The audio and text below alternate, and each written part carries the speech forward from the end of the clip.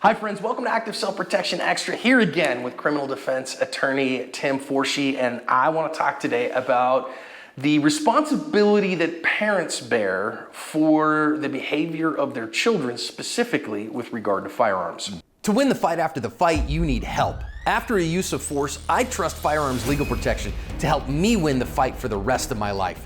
From their 24/7 attorney-answered hotline to coverage for the use of all legal tools, Firearms Legal Protection has you covered. Get a discount by signing up at the link below. So we got a video on the channel, put a link in the description to it, where a 12-year-old kid robbed a convenience store with a gun and shot up in the air with it. So had a desk pop, and of course the clerk gave him the money and like, what the heck? And that kid took the gun from the safe of his guardian. Okay. Now we've had another case recently here, a mass killing where mom and dad were actually charged with negligent manslaughter for the behavior of their son who killed 4 students in his high school. And that's, everybody was like, whoa, what the heck? I think especially in the gun world, right? People were like, wait, why would you charge the parents? Yeah. I think that case is really unique. But so as parents, what kind of responsibility, what legal liability do we have to keep this kind of stuff from happening? Well, the concept in the law is called vicarious liability. So you're responsible for the conduct of another because of your relationship with that person. If you work for me and in the course and scope of your authority as my employee, if you go out and kill somebody with your car, I'm vicariously liable. Okay? In the performance of the duties. In the performance of those duties. Okay. If you go beyond the performance of your duties, if you park my car and go rob a liquor store, I'm probably not responsible for that. But if you're doing something that I've hired you to do and that causes damages, I'm vicariously liable. So that's sort of the more conventional way of talking about vicarious liability. As a parent, are you responsible for what your kids do? Within reason, the answer has to be yes.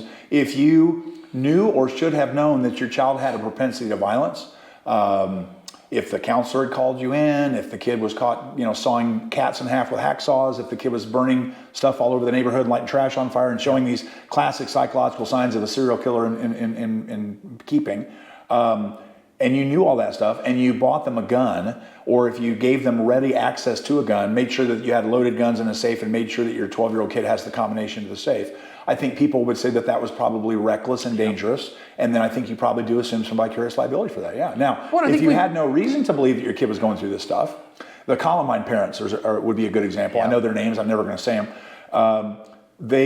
One of them had reason to believe their kid had problems. The other one, by all accounts, did not know. And so it would be a real stretch to hold them responsible for that. Now, you could say, well, they should have been more in touch with their kid. Should have been. I mean, my daughter's kept diaries. I don't read my daughter's diaries. That's an invasion of very important privacy. I was laying right there on the bedside table. I wouldn't read that. So at some point, you got to say, well, how much? Good parenting tip, by the way. Yeah. How much do you expect parents to know about what their kids are doing? Well, if you've been called in the counselor's office, they've been arrested 3 times, you've caught them killing cats, and you give them a gun, I think you got some issues with that for sure. Now, does that mean that every single one of us who have guns in our home are responsible for anything our kids should do? No, that's too sweeping of a statement. But well, I mean, not to put too fine a point on it, but my family has struggled with mental health, and so I've had people under 18 in my home who have credible attempts at the death by suicide.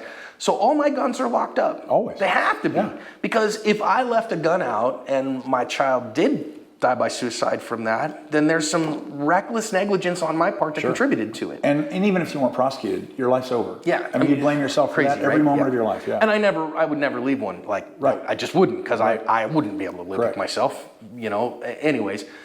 And so that reasonable, I think if we back it way away from deadly force, if my 16-year-old, I allow them to get a driver's license, and I say, yes, you can have a car, and here's the keys to the car, and they do something stupid with that, well, I have some vicarious liability for what they did. I've handled that case where we had a young child, 16, 17 years old, that had like 3 DUIs already. Holy cow. And the parents knew all of that, and the parents left the keys to the car hanging right by the doorway, and he went out and got in an accident and killed people, and guess who was responsible? So, yeah. And so there's some limits of that. Now we go back to that 12-year-old kid who apparently he got it out of the safe of his guardian. I think if it was actually in a safe and that kid didn't have the combination to that safe, that doesn't feel like something that the guardian should be responsible. If he somehow tricked his way into the safe, if he broke into the safe, cut into the safe, if he somehow, sussed out what the combo was to the safe, I don't think there should be any vicarious liability there. Because again, you did what a normal and reasonable person would reasonably do to protect that gun. On the other hand, if you explicitly told the 12-year-old what the combo was and you knew that the 12-year-old had behavioral problems and issues and stuff like that, I think we're talking now about vicarious liability. If you left the safe open, I'm not sure how we'd prove that later, but if you left the safe open, same problem. But if you took reasonable steps to secure that firearm away from access from that kid, at that point I think you've done what you can reasonably do to separate yourself from vicarious liability. Well, and in the case, so if we go back to the case of the kid again, we don't mention the name of mass killers ever. We call it the some asshole rule, right? So may they die in obscurity. Who killed several classmates, and now mom and dad are facing negligent manslaughter charges. At first, my first blush on that was like, whoa, what the heck? But then as some info starts coming out and you go, so we got a kid who's a known danger to others, who we know has had significant psychiatric problems, who we won't take out of school, that we then bought a gun for them, left it unsecured, got home from a meeting with the counselor and found out the gun was missing and didn't start making phone calls. That starts to get to be almost evil and not just reckless.